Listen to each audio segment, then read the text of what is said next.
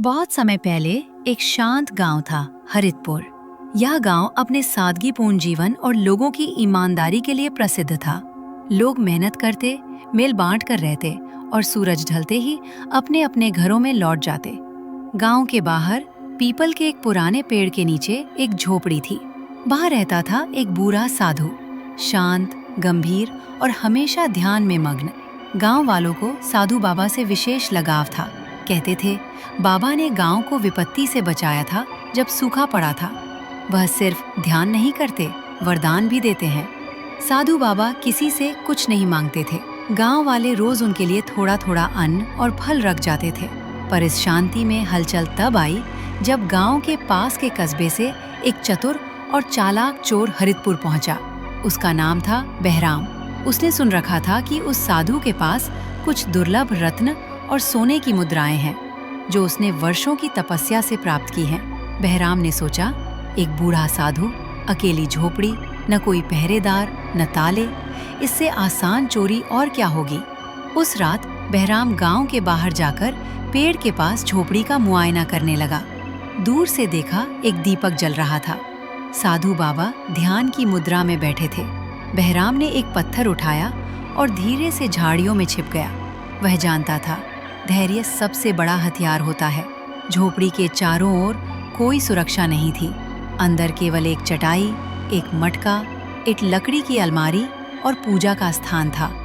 पर बहराम की नज़र उस लकड़ी की अलमारी पर टिक गई, जिसके ऊपर एक पीतल की छोटी डिबिया रखी थी। रात के तीसरे पहर जब सब सो चुके थे, चोर धीरे धीरे झोपड़ी के करीब पहुंचा। सांप की तरह वह फिसलते हुए अंदर घुस गया। साधु की आंखें बंद थीं और वो शांत बैठे थे। बहराम ने पीतल की डिबिया उठाई, पर जैसे ही उसने अलमारी खोली, उसके अंदर से एक घंटी बजी। टन! साधु की आंखें खुल गईं, पर उन्होंने कुछ नहीं कहा। ना डर दिखाया, ना क्रोध, केवल मुस्कुरा दिए। बहराम घबरा गया। उसे उम्मीद नहीं थी कि पकड़े जाने पर यह बुजुर्ग चिल्लाएगा नहीं, ना सजा देगा। साधु ने कहा, बेटा, तिजोरी में कुछ नहीं है। अगर भूख लगी है तो मटका खोलो, खीर रखी है। बहराम हतप्रभ रह गया।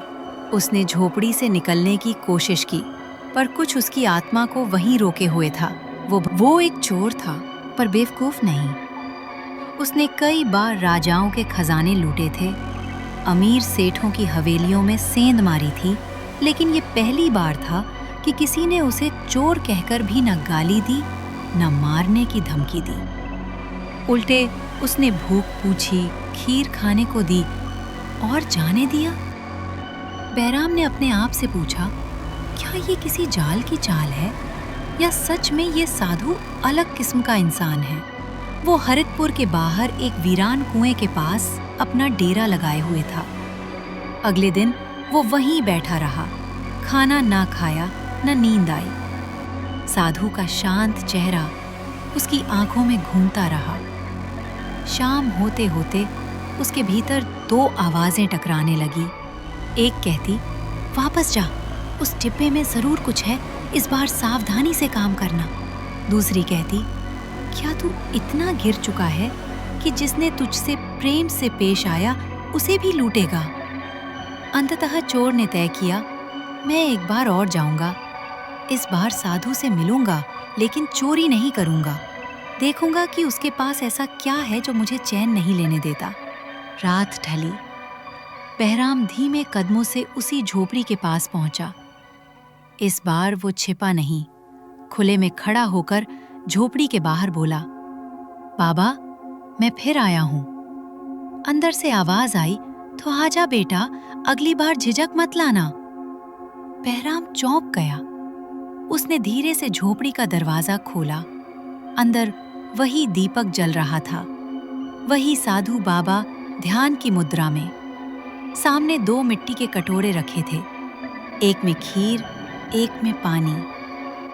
साधु ने आंखें खोली, बोले, तू भूखा है, पहले पेट भर, फिर बात करेंगे। बहराम चुपचाप बैठ गया। वो कोई बच्चा नहीं था, लेकिन उस वक्त वो खुद को एक सीखने वाले की तरह महसूस कर रहा था। खीर खाते हुए उसने पूछा, बाबा, आपने मुझे क्यों नहीं रोका, ना मारा ना सजा दी? साधु मुस्कुराए। मैंने बहुत लोगों को देखा है बेटा, कोई धन चुराता है, कोई समय, कोई भावनाएं, मगर अगर किसी को सजा से बदल सकते तो दुनिया में जेलें ज्ञान केंद्र होती। दिल को बदलना हो तो दया से करना पड़ता है। बहराम कुछ देर चुप रहा, फिर बोला, पर आप इतने निर्धन हो। फिर मैं अब चोरी नहीं करूंगा, मैं कुछ सीखूंगा। लेकिन आदतें एक दिन में नहीं जाती। वो अक्सर रात में नींद से चौंक जाता, जैसे किसी हवेली में घुसने के ख्वाब देख रहा हो। किसी दिन किसी का पोटली देख उसके हाथ खुद ब खुद बढ़ने को होते, फिर रुक जाता। एक दिन जब बाबा किसी बीमार बच्चे को झोपड़ी में लाकर औषधि दे रहे थे, तब बहराम ने देखा उस अलमारी में एक चमचमाता रत्न रखा है, जिसकी रोशनी दीपक से भी तेज लगती थी। उसके भीतर की चोर मानसिकता ने फिर सर उठाया। ये रत्न तो लाखों का होगा, बस ले लूं और निकल जाऊं, किसी को पता भी नहीं चलेगा। वो धीरे से अलमारी की ओर बढ़ा, पर जैसे ही उसने हाथ बढ़ाया, उसकी आंखें साधु बाबा से टकरा गईं। बाबा मुस्कुरा रहे थे, कुछ बोले नहीं, पर उनकी आंखों में वो दया थी जो किसी को शर्मिंदा कर दे। बहराम ने तुरंत हाथ पीछे खींच लिया। उस रात वो बहुत बेचैन था। झोपड़ी के बाहर बैठा चांदनी में सोचता रहा, क्या मैं कभी बदल पाऊंगा? क्या साधु बनने का नाटक कर रहा हूँ, या क्या सचमुच में बदलना चाहता हूँ? तभी बाबा पास आकर बैठ गए। बोले, बाहर की लड़ाई से ज्यादा कठिन है अंदर की लड़ाई। तुम लड़ रहे हो और यही सबसे पहला कदम है। बहराम की आंखें भर आईं। बाबा, आप इतना विश्वास कैसे कर लेते हैं मुझ जैसे आदमी पर? बाबा ने मुस्कुराकर कहा, क्योंकि मैं तुम्हें उस रूप में देखता हूँ जिसमें तुम बन सकते हो, न कि उस रूप में जो तुम हो।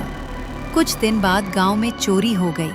एक अमीर व्यापारी की थैली गायब थी। गांव वाले उबल पड़े, जरूर वही चोर होगा बहराम। किसे मूर्ख बना रहे हो ये साधु बाबा? साधु बाबा ने सबको शांत किया। बोले, अगर बहराम दोषी हो तो उसे खुद सामने आना होगा, और अगर नहीं तो सच्चाई स्वयं सामने आएगी। बहराम चुप था। उसे लगा जैसे एक बार फिर पूरी दुनिया उसके खिलाफ खड़ी है। लेकिन इस बार वो भागा नहीं। उसने खुद गांव वालों के साथ जाकर व्यापारी के घर के आसपास तलाशी ली। आखिरकार चोरी एक नौकर के पास से मिली, जो खुद व्यापारी का विश्वास पात्र था। गांव वाले शर्मिंदा हो गए। बहराम की आंखों में पहली बार आत्मगौरव की झलक थी। मैंने खुद को साबित किया, बिना कुछ चुराए, बिना। रफीक ने हंसते हुए कहा, हम तुम्हारी खबर सुनते रहे, अब सोचा कि आखिरी चोरी अकेले कैसे करोगे, सो हम भी आ गए। बहराम ने सिर झुका लिया। बोला, अब मैं वो नहीं रहा जो तुम जानते थे। इकरार तंज कसते हुए बोला, तो क्या अब संत बन गया? भूल गया कि सबसे बड़ा हाथ तू ही मारता था? अरे, ये बाबा लोग तो तिजोरियों की चाबी रखते हैं। अब हम तीनों मिलकर आखिरी बड़ा खेल खेलें। बहराम ने गहरी सांस ली। मैंने अब अपने रास्ते बदल लिए हैं। अब तुम भी लौट जाओ। साधु बाबा से मिलने मत जाओ, वो तुम्हारे जैसे लोगों को पहचान लेते हैं। रफीक ने झुंझलाकर कहा, बदलेगा तू? जब हमारे जैसे लोग तेरे अतीत को खोल देंगे तो यही गांव तुझे फिर से चोर कहेगा।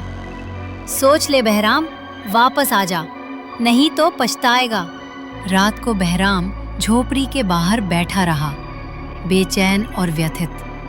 बाबा पास आए। आज कोई पुराना साथी मिला क्या? बहराम चुप रहा। बाबा बोले, बेटा, जब शरीर बड़ा होता है तो पुराने कपड़े छोटे हो जाते हैं।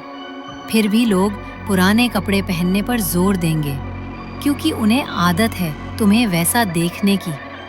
लेकिन अगर तुम बदल चुके हो तो अपने भीतर की आंखों पर भरोसा रखो, ना कि उनकी जुबान पर। बहराम की आंखें भर आईं। बाबा, क्या मेरा अतीत मुझे छोड़ देगा? बाबा ने कहा, नहीं बेटा, पर तू अतीत को छोड़ सकता है, यही फर्क बनाता है। अगली सुबह इकरार और रफीक ने साधु बाबा की झोपड़ी में घुसने का प्रयास किया। उनका इरादा बाबा को बेहोश करके रत्न चुराने का था। लेकिन जब वे झोपड़ी के पास पहुंचे, उन्हें वहां सिर्फ एक दीपक जलता दिखा और एक पर्ची टंगी थी। जो अंधेरे में आते हैं उन्हें सबसे पहले अपनी परछाई डराती है। ये बूढ़ा तो पागल है। लेकिन तभी झाड़ियों के पीछे से बहराम निकला, लाठी लेकर खड़ा था। अगर बाबा को छूने की कोशिश की तो ये बहराम भूल जाएगा कि वो बदल चुका है। झोपड़ी के सामने गहराती रात में दीपक की लौ जैसे डर और साहस के बीच डोल रही थी। इकरार और रफीक दोनों झाड़ियों के किनारे खड़े थे और सामने बहराम लाठी लिए डटा था। हवा में गूढ़ खामोशी थी, जैसे प्रकृति भी बहराम की अगली चाल देखना चाहती हो। रफीक तिरस्कार से बोला, बहराम, तू लाठी से हमें रोकेगा? जिसे हम लड़कपन से जानते हैं, उसी की आंखों में ये आग? भूल गया कि तू हमारी टोली का सरदार था? इकरार ने आगे बढ़ते हुए कहा, चल छोड़ ये तमाशा। गांव वालों को बेवकूफ बना, पर हमसे मत भिड़। तेरा असली चेहरा हम जानते हैं। बहराम की मुट्ठियां कस गईं। मैंने तुम दोनों को भाई समझा था, पर आज अगर मैं चुप रहा तो साधु बाबा की भलाई पर दाग लगेगा। तुम सोचते हो कि मैं कमजोर हो गया हूं? नहीं, मैं अब वही नहीं रहा, लेकिन अब जो हूं वो पहले से कहीं ज्यादा मजबूत है। रफीक गुस्से में चिल्लाया, तो ये तेरी आखिरी चेतावनी है? बहराम ने गहरी सांस ली और कहा, नहीं, ये मेरा आखिरी प्रस्ताव है। तुम दोनों भी चाहो तो मेरे साथ इस रास्ते पर चल सकते हो, लेकिन अगर बाबा को नुकसान पहुंचाने की कोशिश की तो मैं वो हर रास्ता बंद कर दूंगा जहां से तुम निकल पाते। इकरार और रफीक कुछ देर खामोश रहे। वे जानते थे बहराम सिर्फ शब्दों से नहीं लड़ता था। जरूरत पड़ने पर वो कर गुजरता था जो सामने वाले की नींव हिला दे। पर अब जो खड़ा था वो कोई क्रोधित अपराधी नहीं, बल्कि एक ऐसा मनुष्य था जिसने आत्मा की आवाज को सुना था। इकरार ने रफीक की ओर देखा और सिर झुकाकर कहा, चलो भाई, ये अब हमारा बहराम नहीं है। इस जंगल से कोई फायदा नहीं। रफीक ने मुंह बिचकाया पर चला गया। बहराम तब तक खड़ा रहा जब तक उनकी परछाइयां झाड़ियों में विलीन न हो गईं। फिर वो चुपचाप झोंपड़ी के सामने आकर बैठ गया, गहरी सांसें लेते हुए, जैसे किसी भीतर की लड़ाई। उसका उद्देश्य साफ था, जो लोग रास्ता भटक गए हैं उन्हें दिशा देना। एक शाम जब बारिश हो रही थी, आश्रम के दरवाजे पर एक 12-13 साल का लड़का कांपता हुआ आया। गंदे कपड़े, आंखों में डर और हाथ में चुराई गई रोटियां। बहराम ने देखा और मुस्कुरा दिया, जैसे खुद के बचपन का अक्स देख रहा हो। नाम क्या है? छोटू, लड़का बोला। भूखा हूँ, चोरी की है, मारोगे क्या? बहराम ने उसे भीतर बुलाया, सूखे कपड़े दिए और गरम खिचड़ी परोसी। नहीं बेटा, मैं मार नहीं सकता, क्योंकि मैं भी कभी तुझ जैसा था। उस रात छोटू के लिए बहराम एक शिक्षक नहीं, एक उदाहरण बन गया। छोटू अब रोज आश्रम आता, कभी झाड़ू लगाता, कभी गायों को चारा देता, कभी बहराम से सवाल पूछता, आपने चोरी छोड़ दी? डर नहीं लगा था?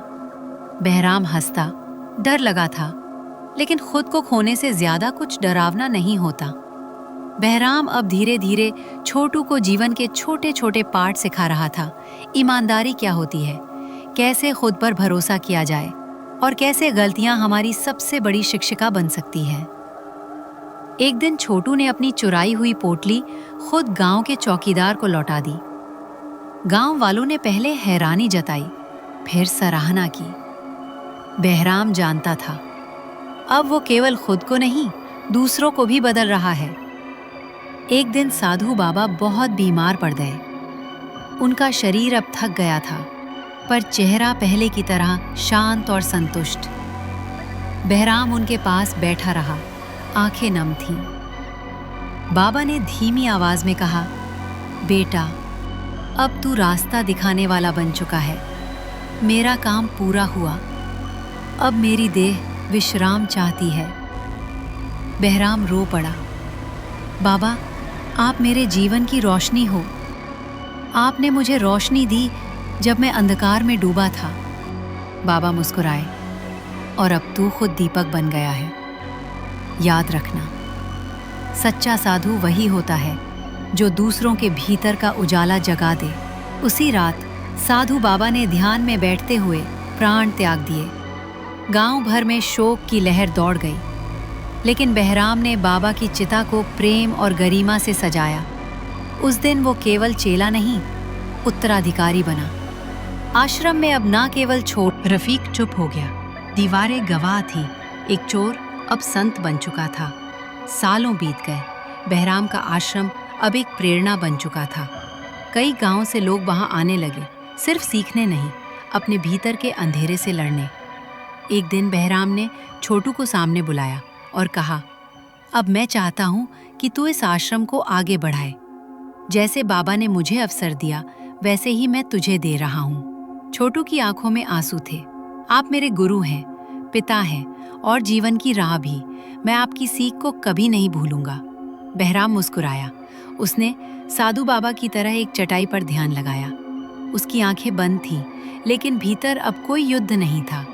उसे अब शांति मिली थी, क्योंकि एक चोर का जीवन अब प्रकाश का माध्यम बन चुका था।